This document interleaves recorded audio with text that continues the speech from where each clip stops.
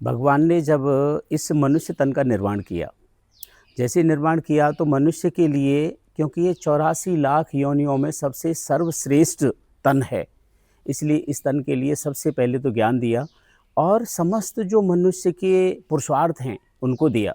लेकिन जब भगवान इसे इस धरती के लोक में मानवता के धर्म के बारे में जो कुछ चीज़ें दे रहे थे कि तेरी त्याग, तपस्या, तेरा विशेष रूपी कर्म क्या होगा, क्योंकि पृथ्वी का लोक कर्म की प्रधानता का लोक है।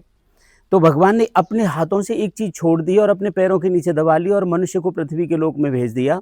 उसके जाने के बाद साथ ही साथ माता लक्ष्मी बोली कि प्रभु, आपने मनुष्य को जो भी आप प्रदान कर रहे थे, उसको देते समय आपने कोई चीज़ पैर के नीचे दबाई थी, उसके बारे में बताएँगे? तो तुरंत ही भगवान कहने लगे कि हे महादेवी, हमने अपने पैर के नीचे शांति छुपाई थी। उस मनुष्य को हमने इज़्ज़त, शोहरत, दौलत से भरपूर स्थिति के पृथ्वी के लोक में भेज दिया।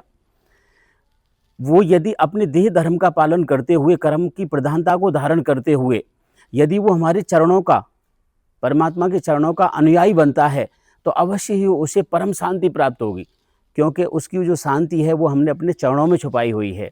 इसलिए, और यदि वो इज़्ज़त, शोहरत, दौलत इन तीनों चीज़ों के पीछे भागता रहेगा, तो उसे कहीं भी सुख शांति नहीं मिलेगी, वो दौड़ता ही रहेगा।